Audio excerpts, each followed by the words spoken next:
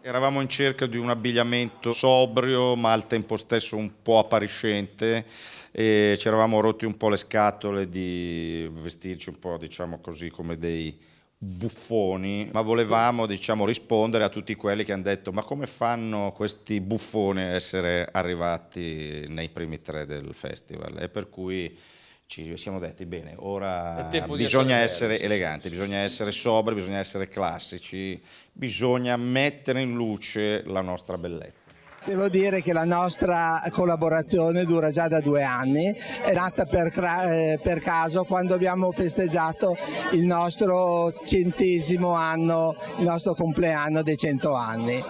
E hanno fatto un concerto a Firenze, devo dire che c'era la città, c'erano centinaia, migliaia di persone ed è stato un grosso successo e da allora è nata questa nostra collaborazione. Devo dire che siamo molto felici anche perché sono delle persone oltre che carine, buone, umane e quindi speriamo che questa nostra collaborazione duri molto nel tempo. C'erano 3 idee.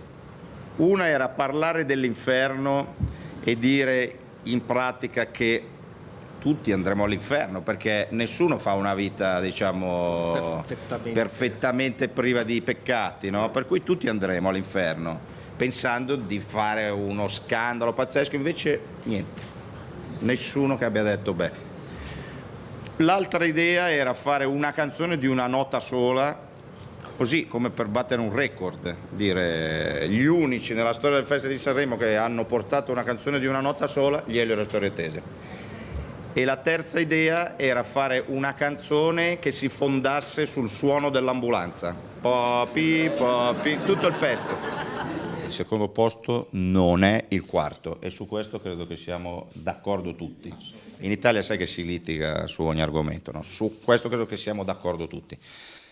Poi dire che noi ci eravamo posti come obiettivo il quarto posto e non ce l'abbiamo fatta, ancora una volta, è uno dei tanti fallimenti di Elio e le Storie Tese. Non andare a Taranto non lo vivo come un fallimento, ma come purtroppo un disguido. Il fatto è che ce l'ha chiesto prima Roma. Perché non aumentare il maggio di un giorno e fare 2 1 maggio, cioè il 1° maggio e un altro 1 maggio, così noi riusciamo a suonare un giorno a Roma. Ha aggiornato il 2.0. Il 2.0, esatto, il calendario si può ce l'hanno bisestile perché deve essere il 29 febbraio, non ci può essere in maggio 2 1 maggio, sarebbe bellissimo, consentirebbe agli artisti come noi di suonare da 2 parti. Insomma, esatto. Anche sto calendario è vecchio, va rinnovato. Bravo, bravissimo, bella idea. È una buona idea.